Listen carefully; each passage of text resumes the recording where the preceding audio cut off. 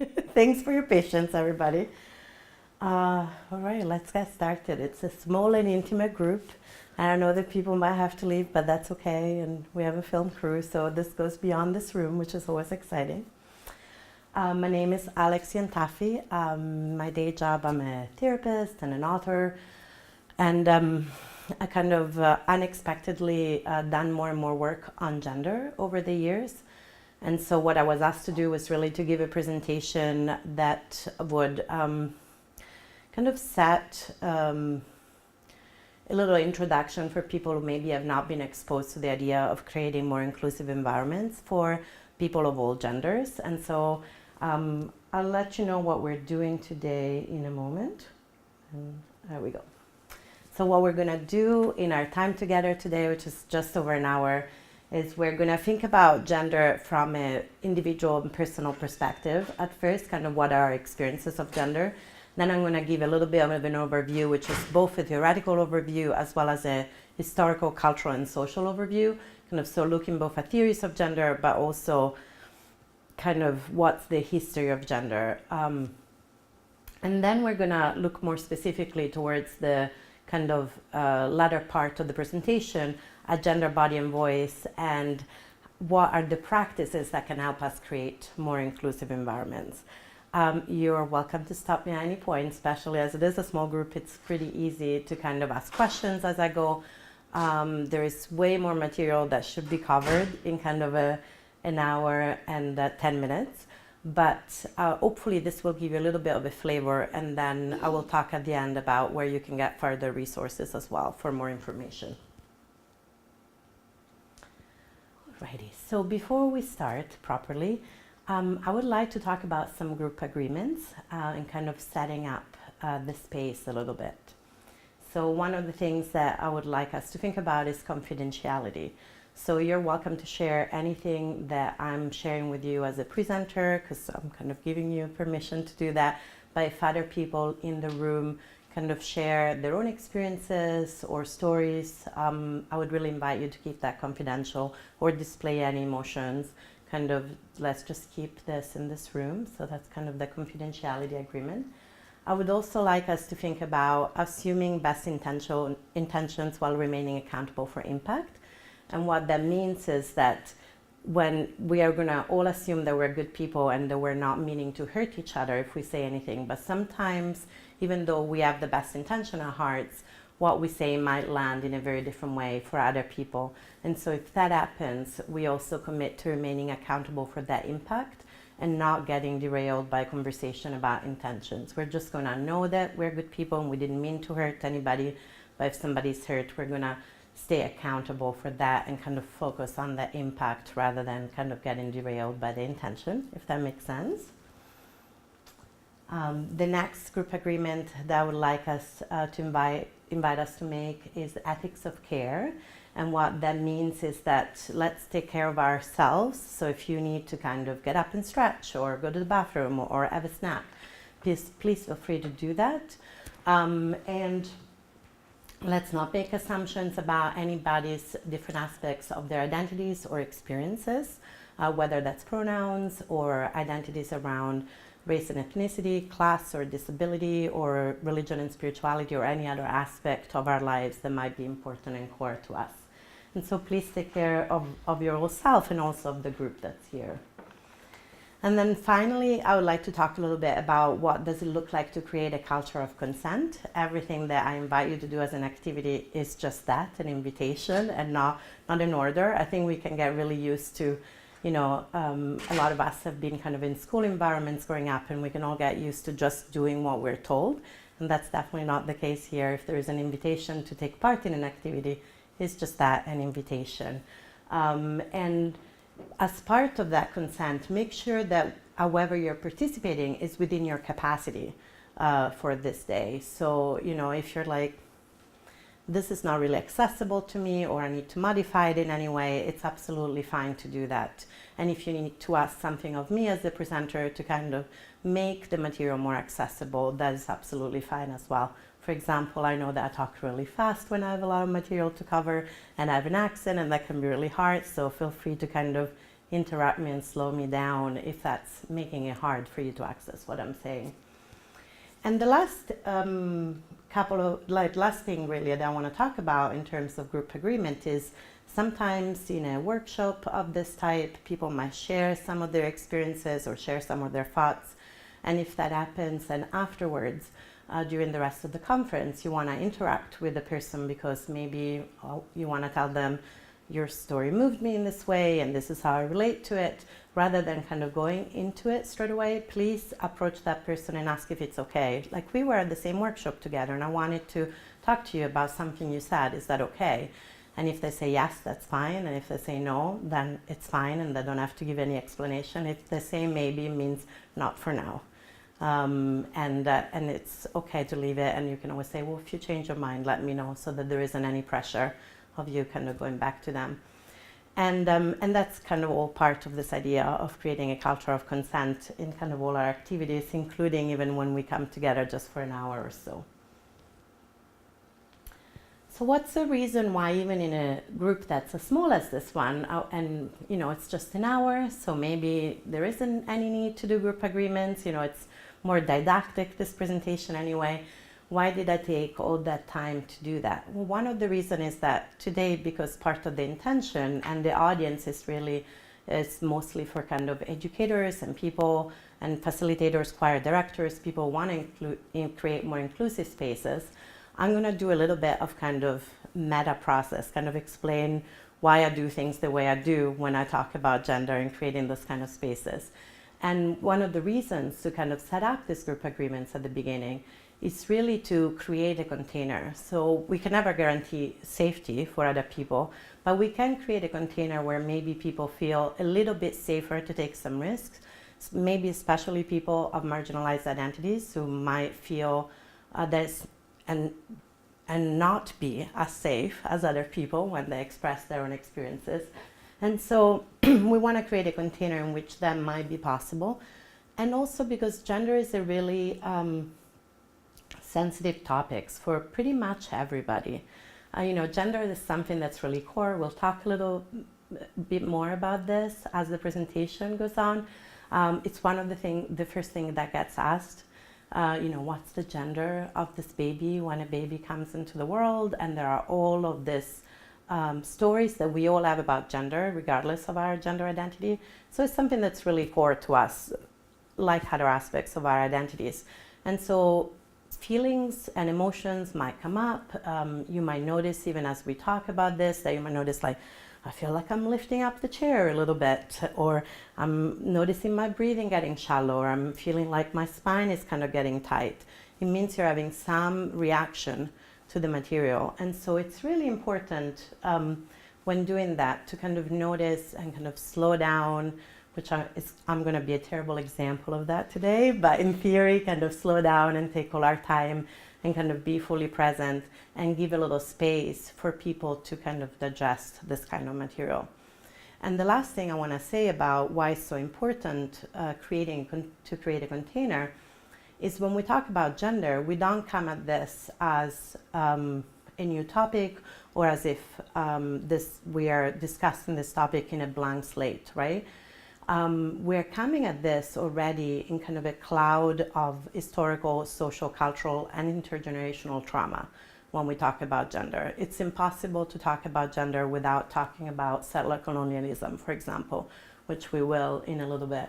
So we're coming at gender from within the cloud of settler colonialism, the cloud of racism, the cloud of the impact of sexism and misogyny, and femphobia and queerphobia. And so when we talk about gender, we are not approaching this topic in kind of from a neutral context. Yeah, so one of the things that's really important when talking about gender, given that we're coming at it already from this really complex kind of political, historical, cultural, and social landscape, is to really be aware of kind of what happens to us and when we have those conversations, and so the importance of supporting nervous system regulation. And there's lots of different ways of doing that. Part of that is kind of having clear agreements and orienting people to what it is that it's going to happen. So that's the reason why I was like, this is what we're going to talk about. these are the group agreements that I would like us to make. And if we were spending more time together, like say a 4 or 5 hour workshop, I would have also spent more time in kind of interacting and asking, is there anything else that you need to add to this list to make sure that this is kind of a brave enough space for you to talk about this topic. But given that this is a little bit more of a kind of shorter didactic session for this purpose, we're not doing that, but I would have done that and definitely slow that process down of the group agreements. Does that all make sense? So again, kind of explaining why I'm doing what I'm doing as well as doing what I'm doing is a kind of process, because hopefully then you'll all go out there and kind of spread this out in your communities, including people who are watching on video. And so one of the things that I really like to do when doing this kind of work is starting from our own experiences. And I'll say a little bit more about why afterwards. And these questions are taken from a questionnaire that was developed at the University of Minnesota by the Transgender Commission several years ago. And I'm not going to ask you to spend a lot of time thinking about this, but just kind of to consider some of those questions, which I will read in a moment for accessibility. And to think about kind of, you might have answers for those questions, and those might be questions that you've been asked a lot of times in a lot of different ways with a lot of different intentions, or there might be questions that are completely new to you. So you might come at those questions in very different ways. And the questions are, how do you know what gender you are? Can you describe your gender? When did you first become aware of your gender? And how have others around you responded to your gender expression? And I'm kind of purposefully not defining gender yet, kind of just want to see what's the first reaction is. I'm going to give people like 30 seconds to a minute at the moment to just sit with the question. And again, if we were doing this in a kind of a longer session, I would give people about 10 minutes. You would have this on a sheet to kind of write your answers. And then I'm not going to ask you to give me your questions to those answers, but just kind of, if people feel like it, to say, what's it like for you to be asked those questions? So what's the first reaction to being asked those questions? So I'll give you just a little bit of time to sit with those questions.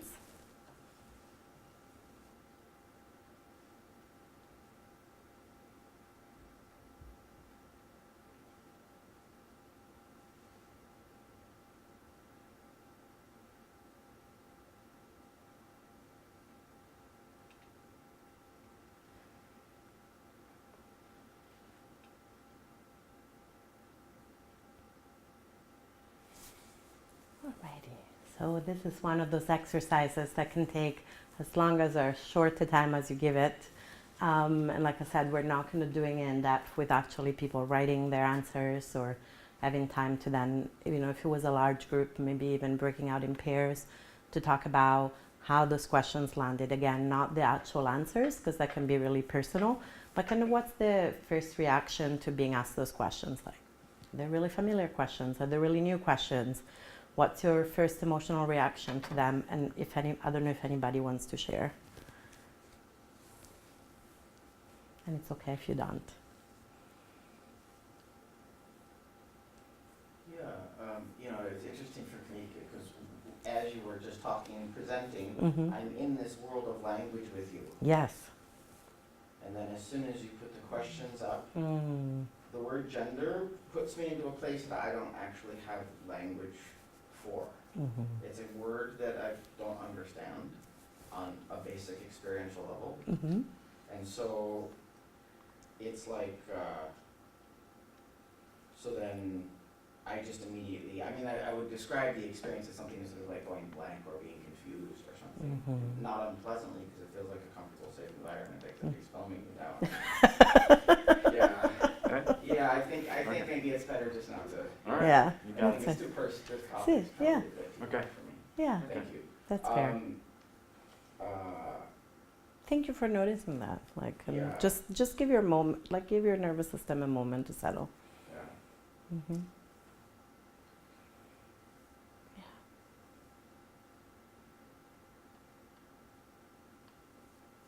And then you know, it's like it's actually a very interesting experience than with the camera. Absolutely. Because then it's like my natural experience of blankness or confusion about that is actually completely comfortable for me, just in my world.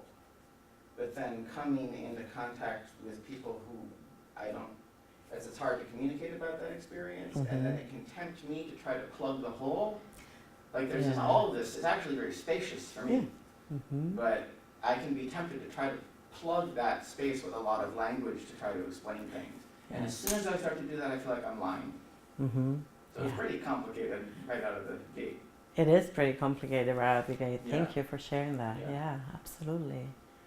Any other comments, reactions that people want to share, if anything? I feel like I haven't really been confronted with these questions before, ever, really, for myself. And it's kind of interesting the way that you were describing the blank slate feeling, because I think I have a similar feeling, but probably also very different. But it's sort of like I look at those questions and they kind of don't mean anything to me. And I was starting to think about how the more that I've thought about gender this weekend, how it almost feels less about something that comes from in me and more just about something that exists in the world. And the thought I was just having was that it feels more like a culture. Like having a gender kind of feels like being Dutch or being raised in a Christian Reformed household. And it's sort of like, well, yeah, that's just what I am, and that's how I was raised, and that's all fine. That's great. No worries. Thank you for, absolutely. Thank you for sharing that. And I think that's part of this exercise, right? That for a lot of people, we are so immersed in this, we talk about gender all the time without defining it. And we all assume that we are saying the same thing or sharing similar experiences, and that might not be the case. And for other people, often I mostly use those questions to do educational trainings where the vast majority of folks are cis folks for whom often those questions are new. And those questions might land very differently for people who are trans and or non-binary identified or gender non-conforming in some ways, as in not conforming to what we're expecting, and we'll talk a little bit more about that. And somebody made a really great comment the other day that even the image I use of the tic-tac-toe, how confining it is, this idea of like the pink and blue, and we'll talk a little bit more about the gender binary, right? And we're so immersed in it that it's kind of even hard to find language to talk about it, and even as we talk about it, it might not feel quite right or might not feel quite true, or what are we really talking about? And so what are we really talking about, right? So dominant culture seems to have a pretty clear idea. And when I say dominant culture, I say dominant culture in a very specific kind of current geographical and historical location. So at the moment, I'm giving this presentation on occupied Dakota and Anishinaabe land, currently known as Minneapolis, Minnesota, in 2018. And so when I talk about dominant culture, I'm talking about kind of Anglo culture, and I'm talking about kind of this cisgenderist, and cisgenderism means just that somebody's sex assigned at birth aligns with somebody's gender identity. And I know the conference has a beautiful glossary as well. And the idea of cisgenderism is just that it's assumed that it's the norm, and that people sex assigned at birth aligns with their gender identity. So that's kind of part of dominant culture. And at the moment, in this place, at this time, part of the dominant culture is gender is pink or blue. I mean, it takes just walking into a kid's store. Notice how clothes are organized. Even for babies, you got your little pink onesies and the blue onesies, and then the yellow and green maybe for like the hippie parents like myself, So that's not just trains and flowers. Maybe that's like some dragons to like mix it up a little bit, but not too much. And so there's kind of clarity, right? And even though there have been some efforts, walk into the Lego store, and there's kind of Lego for girls, right? That's different for Lego for boys because it's pinker, right? Which, interestingly, historically, also pink was not always associated, actually, with feminine folks. It used to be kind of a symbol of masculinity at a certain place and time. So when we talk about what gender means right now, it is this much more defined, are you a boy or a girl, right? That's often when people are kind of expecting a baby. That's often the first question that pregnant folks get asked, oh, is it a boy or a girl? And when I was having my child, I love to say to people, I hope it's a baby hippo, because those are like my favorite. But I'm pretty sure it's a human, which really confused people. And I was trying to make a point, right? This is going to be a human. I don't really know because I haven't met them yet. And also you're asking me whether I know what the genitals of this baby are going to be, because now we have the technology to know that, right? And so, and even with little children, you know, this question of are you a boy or a girl kind of gets asked all the time. And when my baby was a baby and they would wear whichever clothes because they were a baby and they couldn't tell me what they wanted to wear, people reacted really differently whether they thought that that baby was a boy or a girl. And there's some really good studies like the Baby X studies kind of looking out. That's really true. We interact with babies and young children very differently according to the gender we're reading onto that child. And this question of are you a boy or a girl, it's a question I'm very familiar with. That's me when I was really young, styling into a little car in a kind of little fair carousel. And, you know, how do we read gender? It's not just the clothes, but it's kind of our hair, right? And it's our mannerism. And then that's me in my own Italian version of the Breakfast Club in the 80s, you know, and with my legs splayed, which would have like horrified my grandmother, who kept saying, why don't you keep your legs closed like a lady, just in Sicilian rather than in English. But, you know, we have all these expectations, right? So this idea of are you a boy or a girl? And it's a question that haunts us from birth, from before birth in utero, and for some of us continues throughout our lives, right? And in my case, the question is like, yes, which also confuses people almost as much as baby hippos. So where do these ideas come from? Well, one of the places that these ideas come from is gender essentialism. And the very short version, I had to do my like, why do we need gender liberation talk in 5 minutes once for this event called Ignite, and I did Ignite Minneapolis. That was very helpful. Like, how do you explain gender essentialism as somebody who's a recovering scholar, you know, as part of a larger presentation of 5 minutes? I was like this. You just say to people, basically, if you're born with a vulva or vagina, just to make it clear to people who might not know the difference, you're a woman, and if you're born with a penis, you're a man. That's the basic idea of gender essentialism. So it's based on kind of visible genitalia. And gender essentialism and heterosexism are also really closely aligned. So if you're born with certain genitalia, that determines that you are a woman, you're expected to have a gender role that is feminine. So we see that a lot on a cultural and social level, kind of nurturing, softer, more emotional. And again, this obviously varies by cultural context, but at the moment, in terms of the context that we're located in dominant culture, like popular culture and so on, that's pretty accurate, I think. And then we expect that person to identify as a woman and generally to be sexually attracted to men. So there's like a trajectory, right? And it's a trajectory that kind of starts really pretty early. Like even little kids often get asked, is that your boyfriend or is that your girlfriend? And it's so we're so imbued in it that sometimes we don't even know that we're doing it. My kid totally called me on it now that they're a teenager and was like, why are you talking differently about my friends depending on what gender they are and my potential romantic interest? Aren't you doing the hetero thingy? I was like, oh, am I being heterosexist? I totally am. Good job for calling me out. I was like, you are absolutely right. And they were like, you spend like your whole life teaching me how gender works and then you're doing this thing. And I'm like, yes, because you know, that cloud we talked about, literally it's like a cloud, right? And what happens with clouds, they're part of our ecosystem. And so things like heterosexism, cisgenderism, racism, the history of settler colonialism are like the air we breathe. We can't get away with it. We're imbued in it, we're breathing it all the time through popular culture.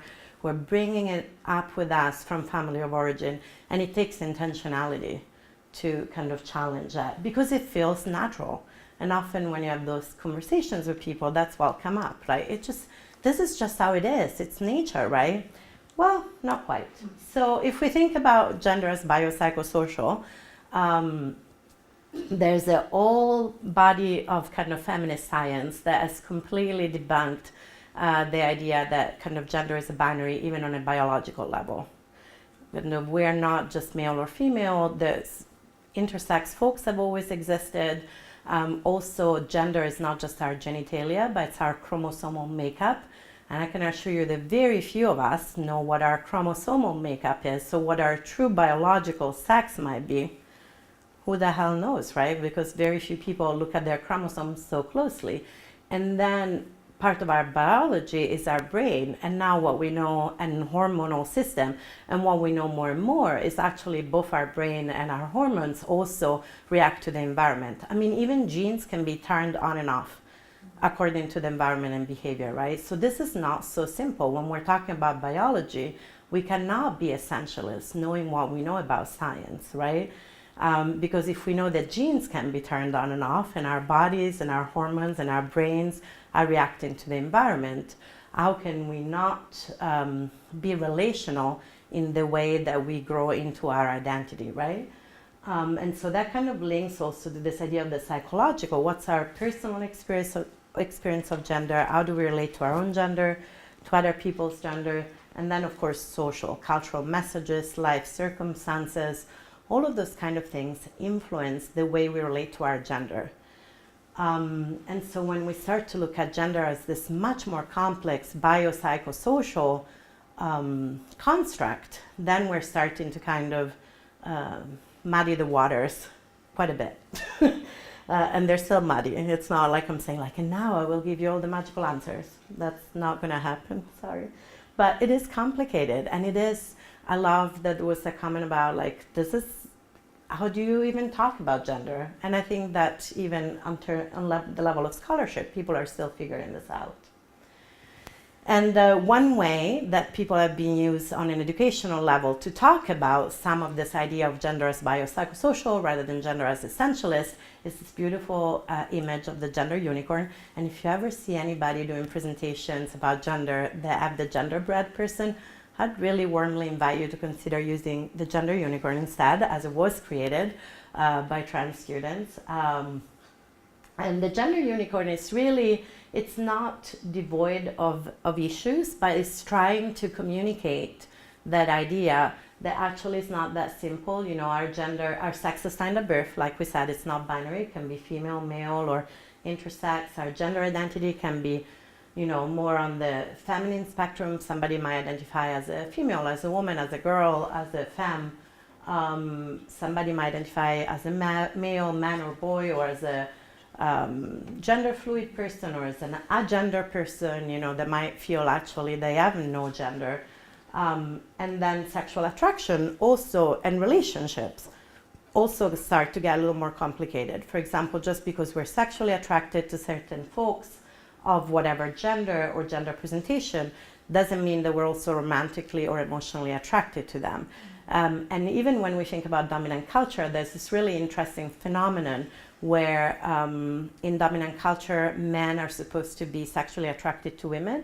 And yet in the 90s, we see this rise in Anglo culture of the bromance movies, where they are starting to reclaim and celebrate this kind of male bonding. So it's part of the emotional content, right? And on the other end, we see kind of some of the movies where this concept in dominant culture of women are supposed to be sexually attracted to men, but to get their emotional support from women around them, because that's not what men are available for, right? So all of this kind of ideas about gender essentialism and heterosexism we were talking about are kind of imbued into the fabric of media we consume.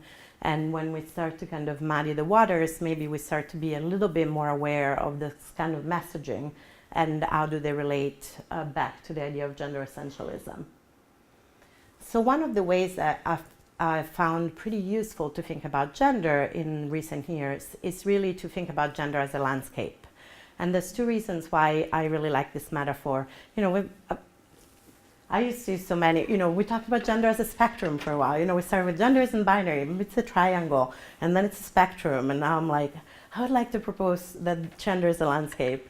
And the couple of reasons why I like this metaphor is, one is that in the same way that we can visit a place when we're children, and then we can visit a place again when we're maybe teenagers or in our 20s or 30s or 40s, and have a different relationship to it for lots of different reasons. Maybe like our height has changed, or maybe like the way we look at the world has changed, and so we might experience that same landscape in very different ways throughout our life.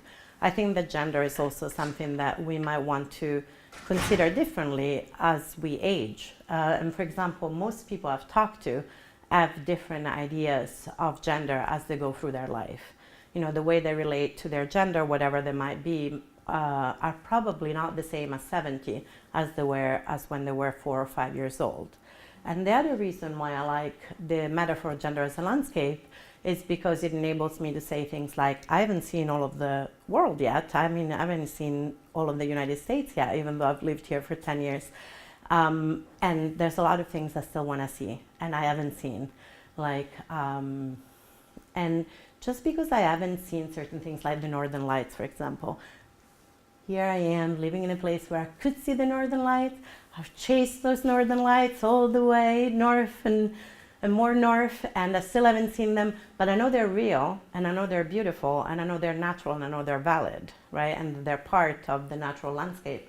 In the same way, one of the arguments that often gets made for transphobia and discrimination against folks of genders that might not be understood in dominant culture is that people haven't met people that are trans or non-binary or challenge gender or expand the gender in some way. I like the phrase gender expansive way better than gender non-conforming.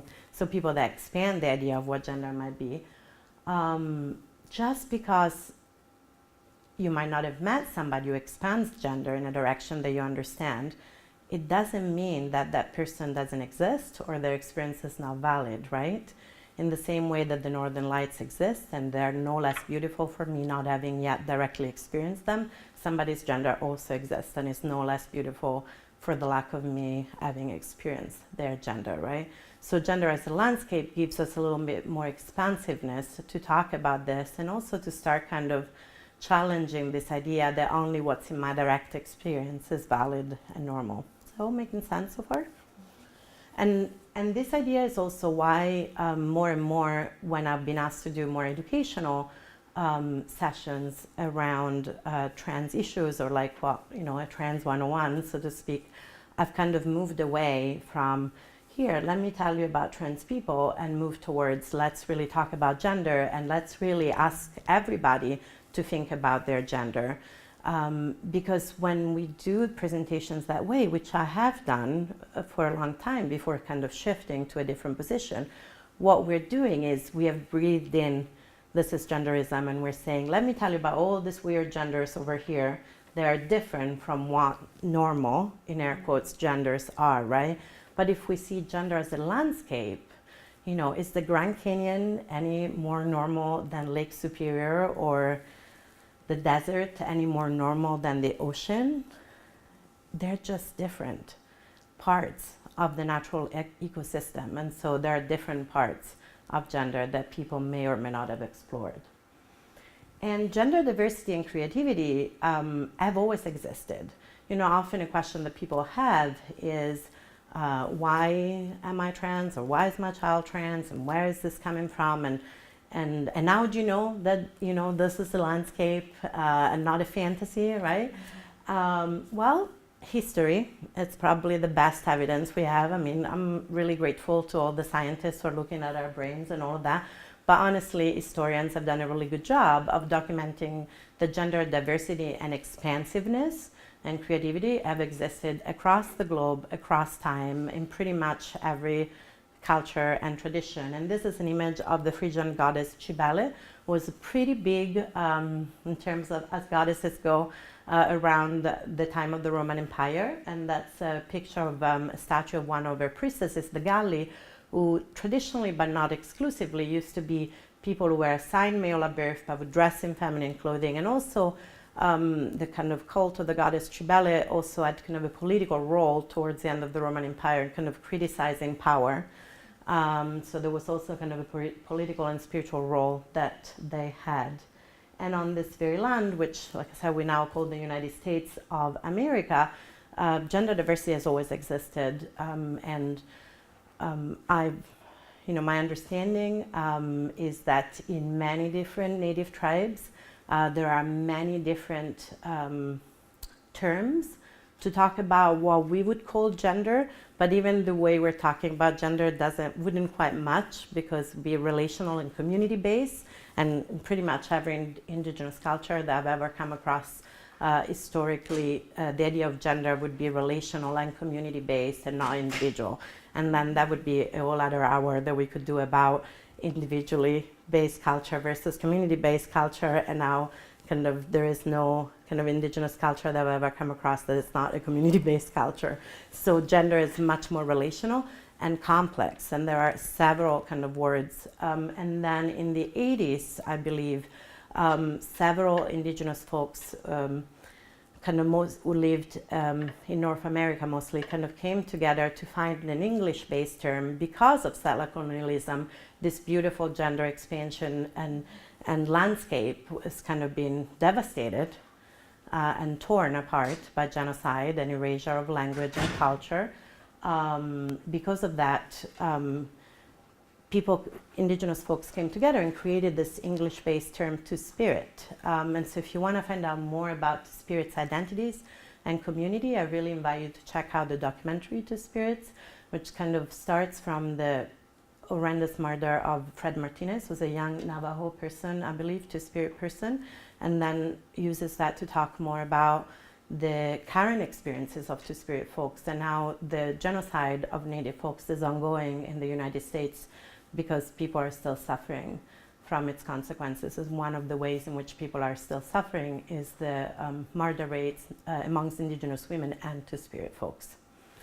And then, historically, people like Kwiwa was one of the most famous Two-Spirit Zuni person historically, who also met the president of the US at the time, kind of was somebody who was very visible. And there are lots of different words in lots of different languages that people have used under this big umbrella of Two-Spirit, which is an umbrella, just like trans or transgender is an umbrella term. Talking of which, kind of trans is just like one tiny umbrella term in this huge global landscape. Often we talk about transgender as it's the terminology to describe all gender expansive folks, but there are so many words. That's like a world though that, like, I think it was different words and it kind of mixed up words that were together. So I wouldn't pay too much attention to like the individual words. It's just a way of visually representing that when we're talking about this expansive gender landscape, trans is like this tiny Anglo-based piece, kind of modernist way that we have of thinking about gender, that it's not the only way. And to remember that gender expansiveness historically and globally is really important. And the last thing I'm going to say about gender essentialism before taking a breath and seeing if anybody wants to say anything before we move on is that why do I talk about gender a lot in my life? Is because gender essentialism impacts everybody. So we often think that kind of gender essentialism only impacts people who don't fit into the dominant culture. But if you remember those tic-tac-toes we had at the beginning, actually this idea of the binary, and not just the gender binary, but then a pretty precise way of being in that binary, impacts everybody. And so when we think about the rates of violence that boys, for example, experience, it's kind of rooted in toxic masculinity, which is rooted in gender essentialism. When we think about the violence towards feminine folks, that's rooted in gender essentialism and patriarchy and sexism, right? So it's not just people who don't fit into the ideas of gender in the dominant culture who are impacted by gender essentialism. It's kind of everybody is really impacted. And of course, people who experience different intersections of oppressions are more impacted than other people. And we'll talk about that a little bit more in a moment. But the more somebody carries in their bodies the visible markers of not fitting into dominant culture, whether it's around gender, whether it's around race or ability,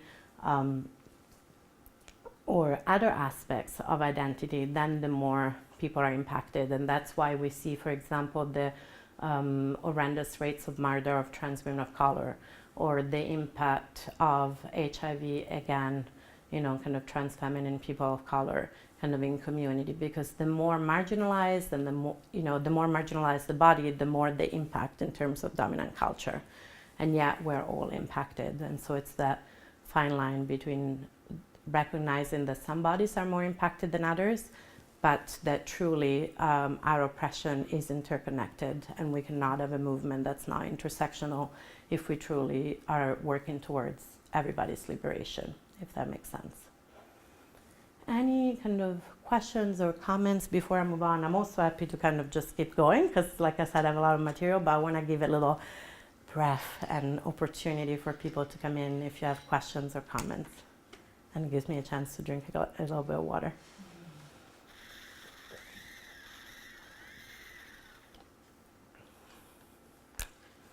Yeah, it it's doesn't okay. necessarily mean you need to speak about it more, but Yeah. my mind is interested in hearing you speak more about the relational way, or the way of thinking about Yeah. culture versus individual. We Yeah. wouldn't, I mean, if I know. it's, we wouldn't even have to talk about it, but I'm just telling you that my ears got big. And Yeah. I just wanted to hear more what you would say about it. I know, I was like, oh, I could, yeah, we should have a whole conversation about it. Yeah. I love it, yes. Yeah. So I just wanted to kind Yes. of almost bookmark that. Yeah, we can Something- bookmark yeah. that. I love it. Yeah. All right. Anything else before I move on? Okay. I'm happy to move on. Okay. Oh, and the image for the gender essentialism impacts everyone is this poster, which my eyes can't quite read it, but it's in the small print.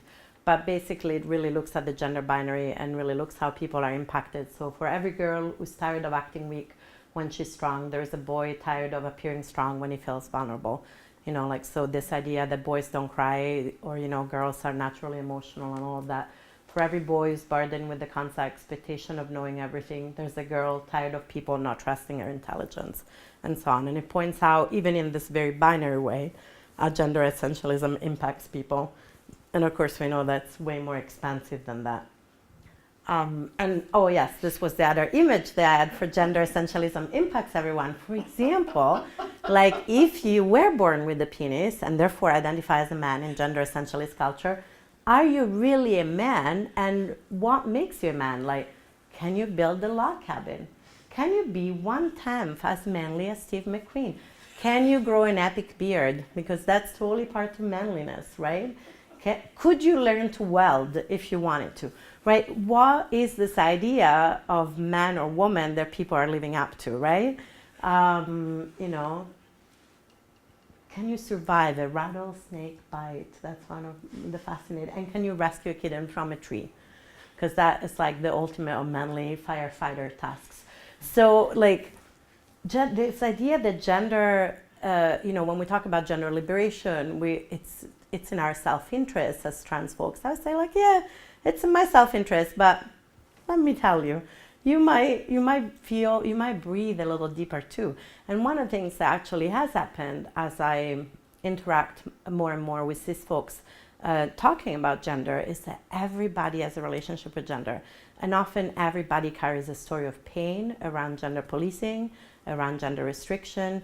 The number of times that I've started like talking about gender because people want me to talk about trans issues, and then I've had somebody like a cis person, so somebody who's sex assigned at birth is aligned with their gender identity and fits in, tell me like heartbreaking stories of what they could or could not wear at school, or which sport team they could play in, or how they felt their job possibilities were kind of restricted.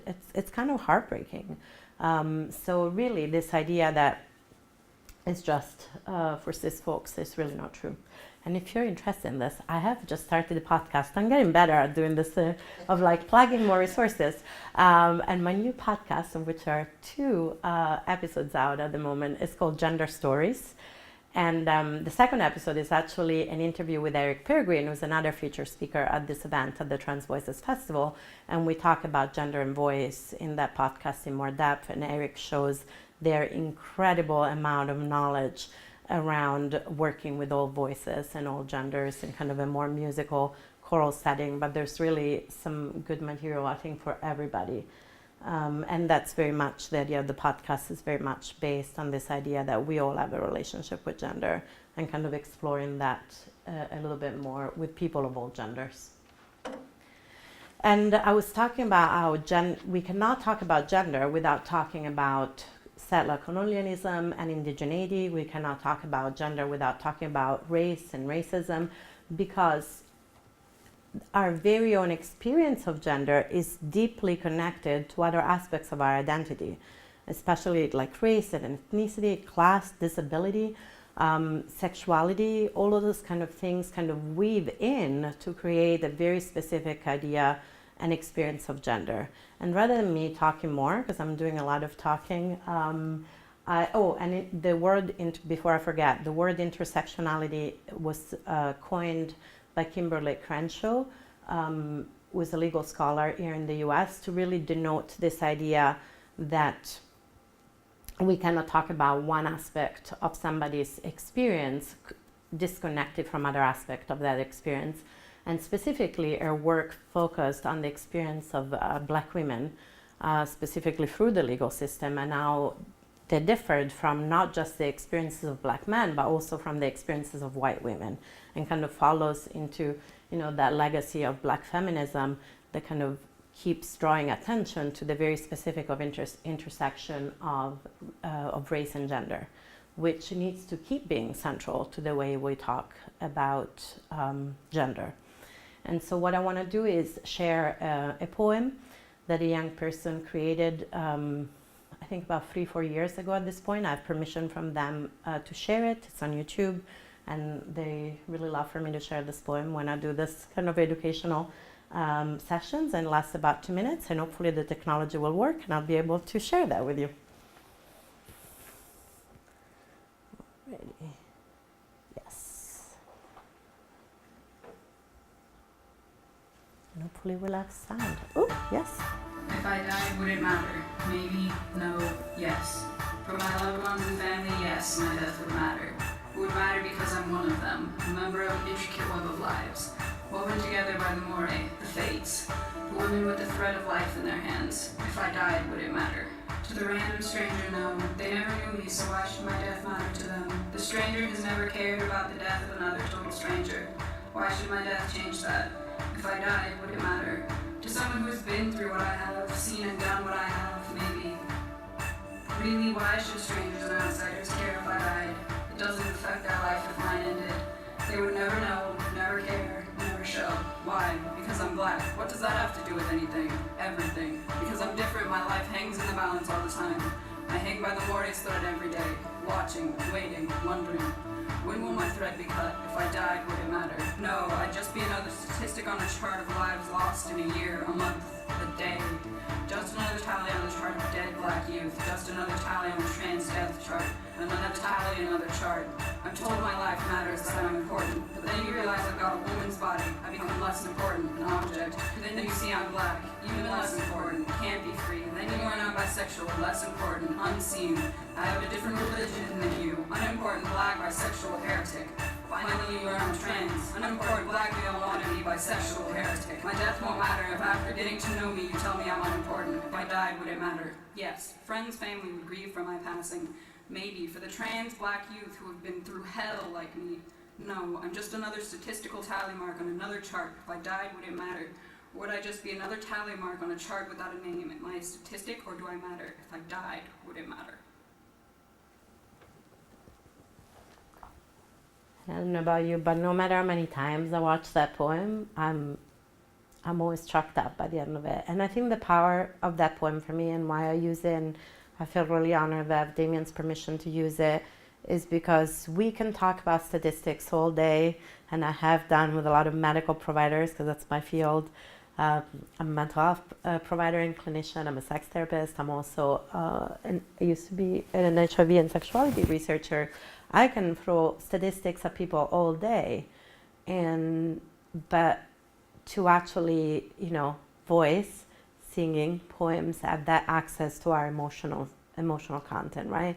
And to see a young person really asking, like, am I just going to be a number, right? It's much more impactful, I think, when we think about intersectionality. And I think that Damien makes this point so beautifully when they start breaking down, like, then you find out I'm this, and therefore this. And then you find out this about my sex assigned at birth, and you find out this about my sexuality, and you find out this about my religion, and you see this about my race, right? And so all of those things have a cumulative effect, which is bigger than the sum of its part, which is at the core of intersectionality. And so when we talk about intersectionality, is what we're really talking about. It's that sum total of experience that is so much greater than the sum of its parts. And I know that that's a really impactful poem, and so yeah, it's okay to like take a breath and kind of let ourselves settle in a little bit, especially because so many of us in community also know young people who haven't made it through. And that's where it goes back to the statistics and knowing that trans people are 10 times more likely to attempt suicide than the general population, which is a huge number. And that is not an uncommon difference with marginalized populations. Because if you keep telling people that their life is an impossibility, we breathe that in too. And so how can we feel worthy of existence in a dominant culture that continuously raises our existence? And hopefully moving to the next slide. Having a moment of technical difficulties while the computer advances. Oh, there we go. I think, let me see. No. So why are we talking about this at the Trans Voices Festival? One is that I got asked to do this for, like I said, for educators and space facilitators, choir directors, music teachers, and so on. And hopefully by this point, even if you haven't thought about this topic, you might start feeling a little bit more motivated to creating gender inclusive spaces that are affirming. And I kind of want to spend the last little bit of the presentation really talking about the more specific issue of gender, body, and voice. So gender is complicated, and it is this complicated landscape, and it is biopsychosocial. And the way that the way our gender is read, not even the way we express it, but even the way our gender is read, is through our body. And one part of our body is our voice. And literally, we need our body to kind of use our voice. And so, some more technical difficulties, so it's all good. Okay, well, we're having a moment on the PowerPoint. We're gonna find our place again, and then, there we go. And view, and from current slide, ta-da. There we go. So when we think about voice specifically, there are specific ways in which people are impacted when trying to access their voice. And not just impacted in terms of like if they're in a choir, but also if they're in a classroom, at a conference, at a workshop, in any space where participation is required. People whose gender and whose voice might not align with the way, with the expectations we have in dominant culture, might feel a certain level of self-consciousness, for example. So it's not uncommon. I work with a lot of trans folks from across the lifespan. So from children and young people all the way into people in their 70s and 80s. And it's very common to find out that people avoid making phone calls. They don't like being recorded, as the smile at the camera. I've gotten used to it. But every time I hear my voice, it's totally different. But although for me, it's an interesting intersection of gender and language. Like even when I listen to my podcast, I'm like, wow, my accent is so heavy. And in my head, I don't sound anything like I sound when I'm listening to myself. And I used to hate it, but I have to get over it if I want to do certain things. So, but there is a lot of avoiding of phone calls, avoiding of recordings. You might find that people start not participating or not speaking up as much in certain circumstances. You might also start to notice like a more restrictive movement range.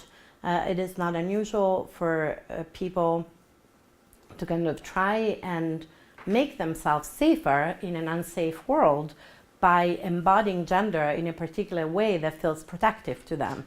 And one of the ways that might feel protective to people is to try and fit into some idea of the binary.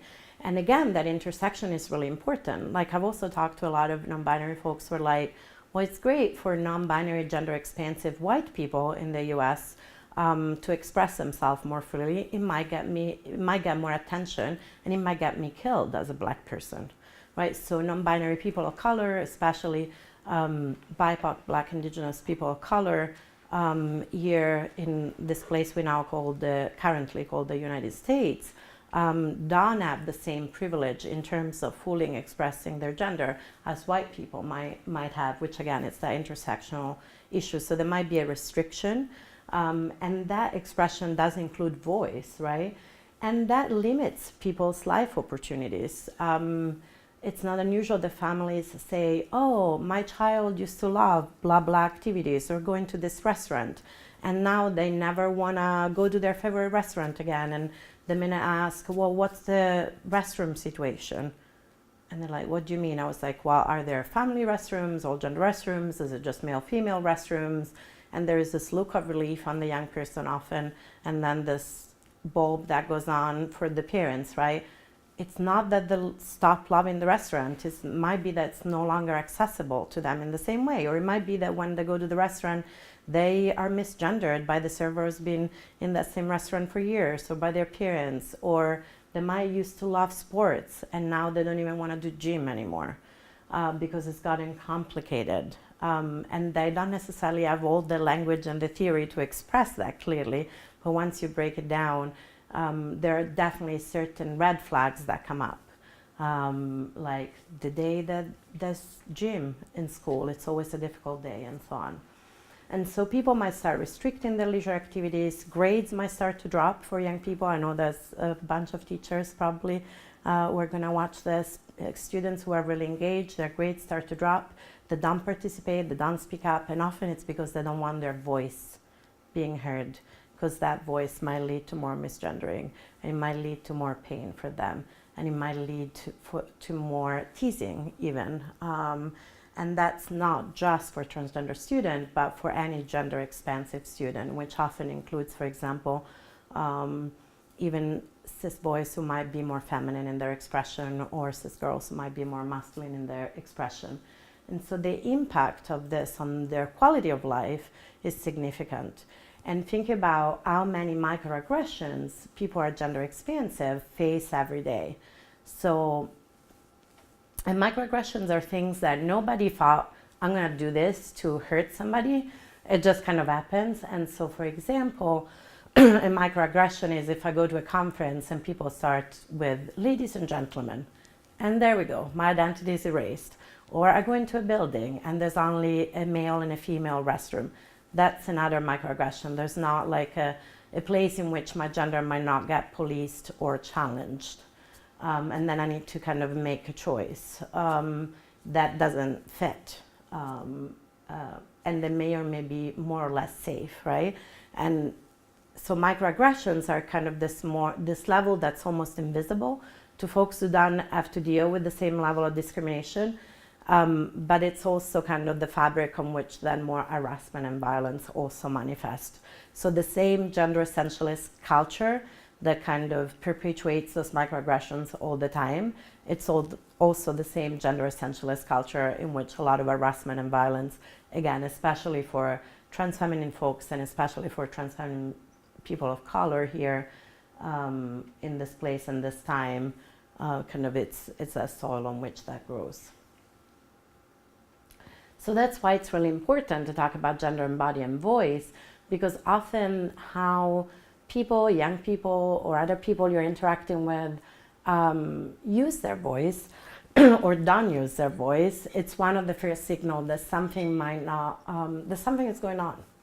And maybe somebody is thinking about their gender, or maybe there's something that needs to be looked at a little bit more if you're an educator or a facilitator of spaces and so on.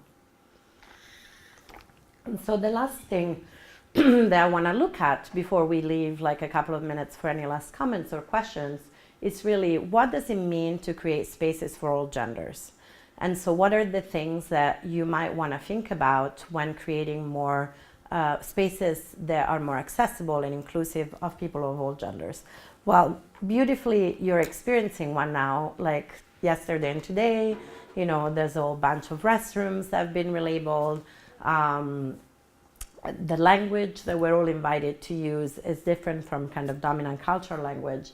But I would say the first thing to think about is safety and wellness. Because there is such a level of harassment and violence of gender expansive people and trans and or non-binary folks, thinking about safety and wellness is really fundamental when trying to create more inclusive spaces. One of the ways in which we might want to think about safety and wellness is even what forms do people have to fill in even to access a space. You know, I went to register for a conference recently which looked really interesting, and I didn't need any accommodation because it was local, and one of the questions was, are you male or female? And I was like, and I am not registering for this conference anymore, and I'm writing a long comment about why do you need to know whatever it is that you're trying to know about me. I guess gender, because that's what you used in your question. Why is this relevant? And also there isn't an option for me. Of course, I haven't received a reply yet, but we'll see how that goes. And so thinking about forms, records, and documents and how they're kept, and how they impact people, and things like bathrooms, or if there's like a school trip or a choir trip, accommodation, you know, what's the situation going to be like in terms of bathroom access and all those kind of things. Often if I do road trips by myself, I try to track where there's all gender restrooms if it's possible, because that seems to be the safest option. Because often, even if I use women's bathroom where that would be aligned with my legal gender marker, and therefore hopefully not get me in as much trouble if anybody calls the police on me, for example, there's a lot more policing in women's restrooms. So you will always have to do this like checks and balances in your head.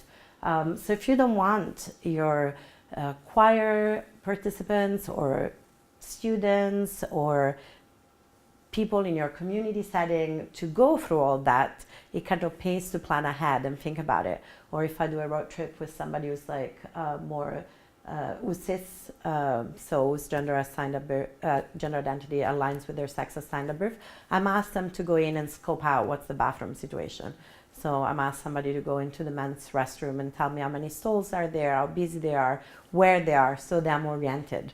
Is that somatic piece, so that when I go in, I can go in and fit into the dominant culture of using men's restroom, which is you don't make eye contact with anybody. You act like you're the only person in the space. And if you have to wait for a stall, you just pretend nothing is happening around you and you don't talk until somebody talks to you. Like where I used to work, whenever I used the men's restroom, there were dudes colleagues that would talk to me, and I was like, this is not how it works, people. Didn't anybody give you the rule book? Apparently not. They only give it to trans people. So think about like safety and wellness, right? Right? So forms, records, document, bathroom, accommodation. Think about like training opportunities. Maybe you're bringing in this amazing guest teacher or choir director. Have they been enculturated in the language that you use, or are they going to start saying women over here, men over there, when you've been trying to create a more inclusive environment? So what's the piece that you need to do when you do trainings, when you bring in outside people? I know that One Voice Mixed Chorus did quite a bit of work with invited speakers. It's in the contract, the invitation to use the language. It's in the program for all participants. There's also an invitation to ask questions and be in a learning environment. But also, hey, here are some basics that we use when we work with people. And that goes with programming. They've also chosen to do this programming that very much centers the voices of trans people. Is the programming that you're doing at school or with your choir always centering certain things? And finally, visibility and public inclusion. So not just on a term of who is represented and where, but also in terms of policies. Do your policies support kind of full participation for people of all genders, if that makes sense? And there's so much more to say about creating safer spaces for people of all genders. And somebody even as recently as yesterday pointed out you should also add a little piece about age when talking about intersectionality, because there's a whole other huge piece around children, and not just gender expansive children, but also like in general this mythological risk of exposing children to kind of a broader range of genders and how that might give them ideas, again in air quotes, which is again rooted in that cisgenderism, right? So spaces that are accessible for people of all genders are also spaces that think critically about what is it that we're saying when we say things that look benign or not harmful, but that can actually be quite harmful. So I know that was a lot of material in a fairly short amount of time. You're very welcome to contact me if you have questions about this presentation. My email is alex@alexiantaffi.com. You can also follow me on Twitter and on my website, which is www.alexiantaffi.com. The slides and the PowerPoint and also a longer handout is available free to download. And there's also a short zine, which is based on this book, which I should totally plug. I'm getting better at this. I've written a book with my good friend and writing partner, Meg John Barker, which is for people of all genders. And it's kind of the main audience, it's kind of high school reading level. But it's really for people of all gender. It's called How to Understand Your Gender, a practical guide for exploring who you are. I know it's got the longest title. I blame the marketing folks at Jessica Kingsley, but I also forgive them because Jessica Kingsley publisher has an amazing gender diversity list of which I'm part. And Meg John and I and Julia Shield did the beautiful illustrations, including some of the illustrations you saw in this PowerPoint, and illustrated the book for us thanks to a grant by the Open University in the UK. And the book is really for people of all genders. It's got exercises. It's pretty accessible from what I hear from our readers.